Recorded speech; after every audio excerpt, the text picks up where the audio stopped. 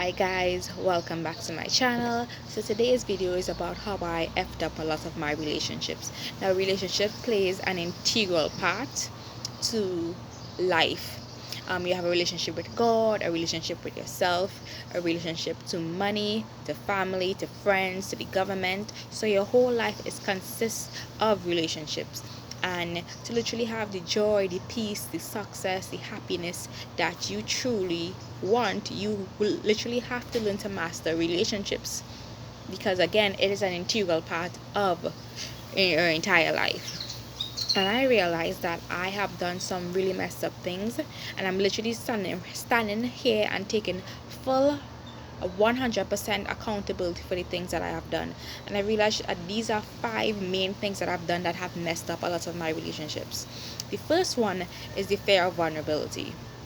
Now, everyone make mistakes, and there are sometimes in a relationship there would be conflict is part of a relationship. It is inevitable.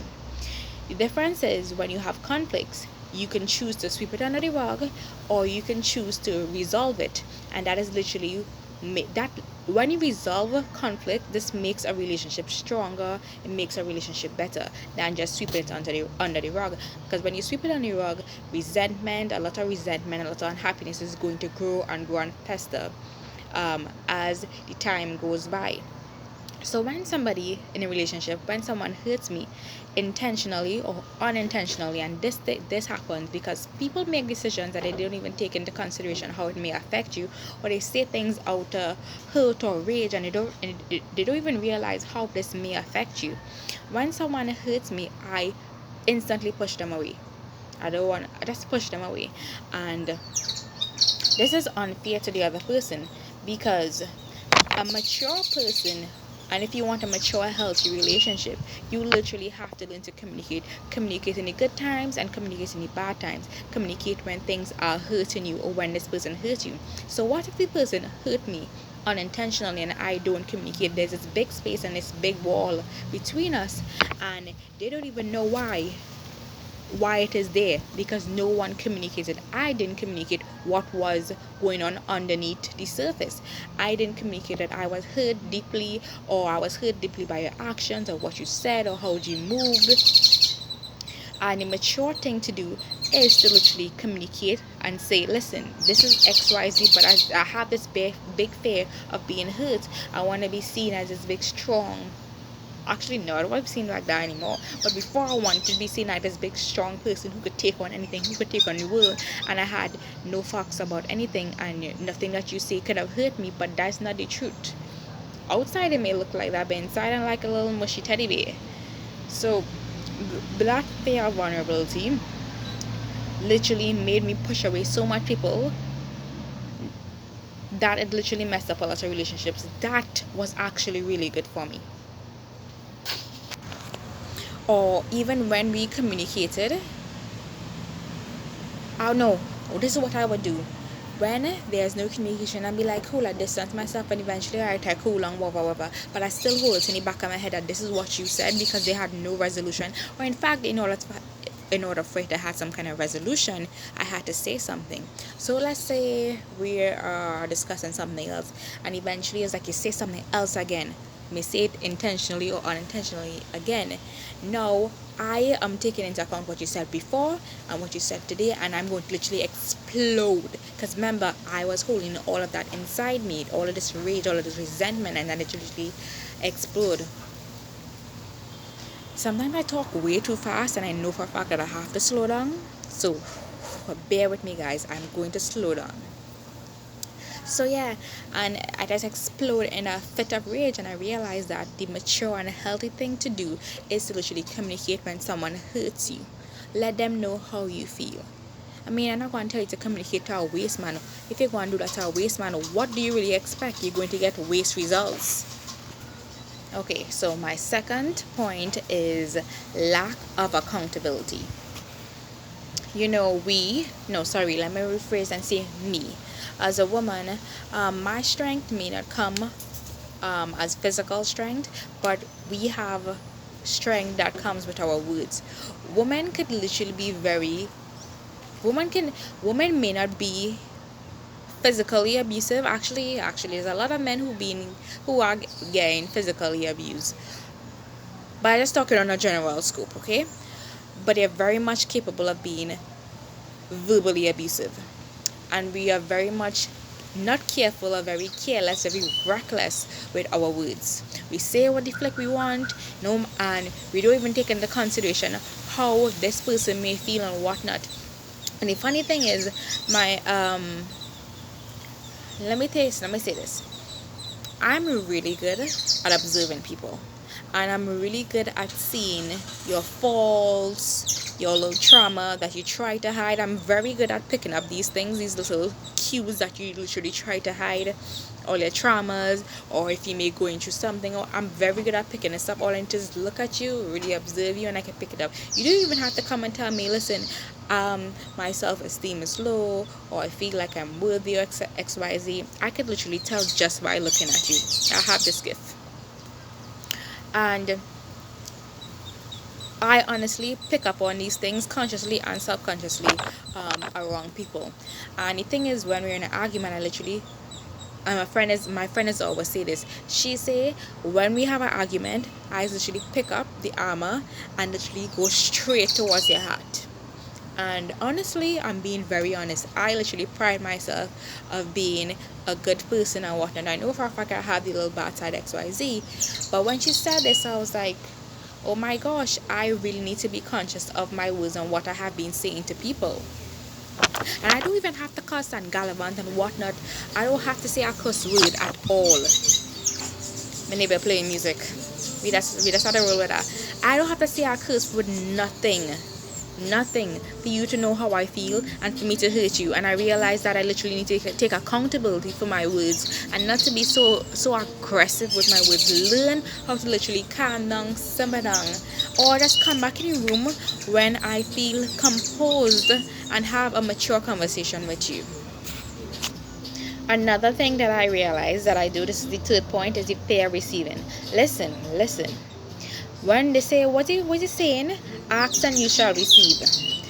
When you ask God for something, not all the time He's going to put it in a way that, listen, okay, cool. You want this car? I'm going to give you money, and then eventually you're going to go to the dealership and buy this car. Sometimes it's going to come into a form where somebody gives you a car.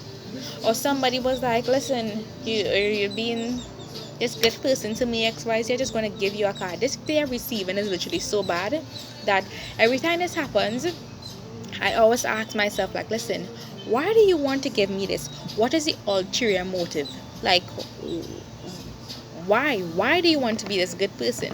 Because I have been hurt where people have given me something with invisible strings attached. Like, okay, cool, you be a good girl, you do your house chores, or if not, I'm not going to give you any kind of money. I've received that from my parents. So now it's like, wait, hold up, why do you want to give me these things?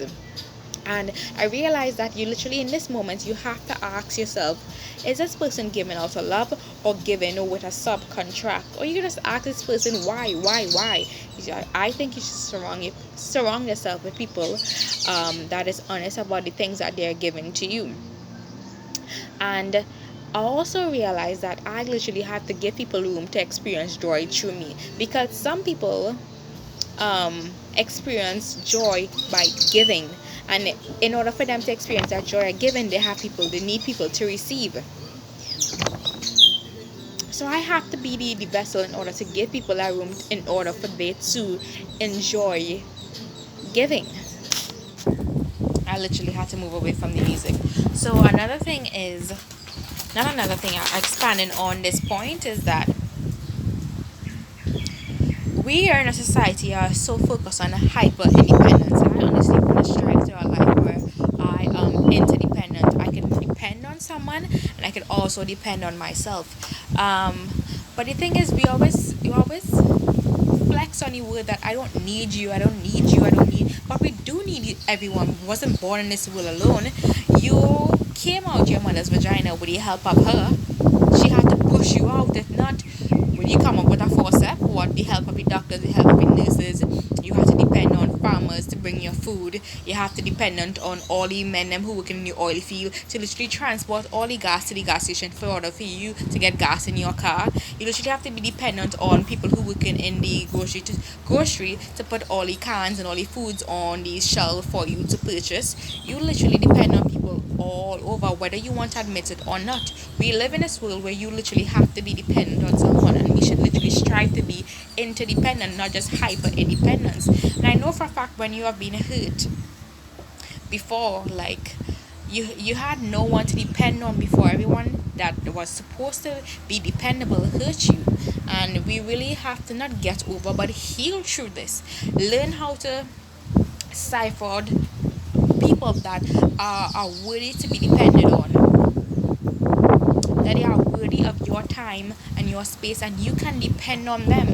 You literally have to seek out people like that, and in order to heal this womb. So that fear of receiving is something that also messed up a lot of my relationship, because I did not give people the room in order for them to get the joy that they need to experience. And again, if you say, God, listen, this is what I want, and you sometimes you're going to have to depend on people to give you what you want, because He's going to provide that blessing through someone. My goodness, I literally have to be walking all over. My neighbor play music, my dogs is like, oh my goodness, so like give me a break. Anyway, so the fourth point, I think this is number 4, is the lack of understanding. Now, my friend and I have been in a lot of arguments just because of this one point. And she would always tell me that, Deja, you're not an understanding person.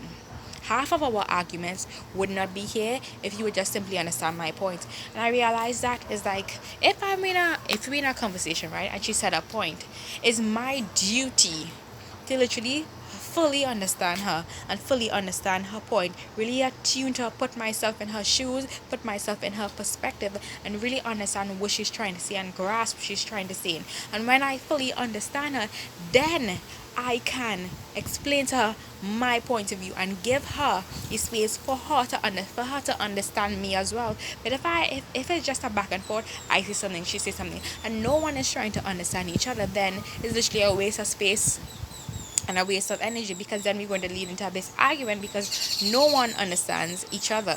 And that was something that really messed up some of my relationships, my lack of understanding. My fifth point now is being self-centered. Now, I know people promote being selfish and all about self-love, but people honestly confuse self-love with being selfish, and it's two different things. Love, and I love to use one definition of love, and I will say it till death do us part. Why would I say till death do us part? Till thy kingdom come. Oh my goodness. I will say till that is love is when you take someone else's best interest as your own and they do the same for you. That is what love is. Love is not selfish. Is that, listen, I know this is your best interest. I will take this as a part of me and you will do the same thing for me. So both of us will make decisions that would benefit, not just, like for example, if I make a decision to move out or move away, I have to take into consideration what might be the best for me, what might be the best for the other person in this relationship, and figure out what is the best for both of us. Or even figure out a third option, figure out 1, 2, 3, whatever options you have to figure out that would be the best for all of you. And I realized that in relationships I was very self-centered. It was all about me. And that exactly how I attracted partners that was just fully givers and I was just a fully receiver, a person who just want to give and they receive a little, and me who just want to receive a lot and I just give a little. That is literally, I being honest, that is not a healthy relationship for me, because as someone else, you should be able to give and receive, not 50-50. I believe in giving 100, receiving 100. Give and receive. And these are the 5 things, that I realized that messed up my relationship. Fair vulnerability, lack of accountability, lack of understanding, being self-centered, and I forget one more. And oh, what it was, the fear of receiving. So guys, listen, the conclusion of this is, please work on these things. I am working on all of these aspects of myself because I really want to have mature, healthy relationships that are filled with love and support and protection and space. When I mean space, like somebody can hold space for me and I can hold space for them. I really want healthy relationships in my life.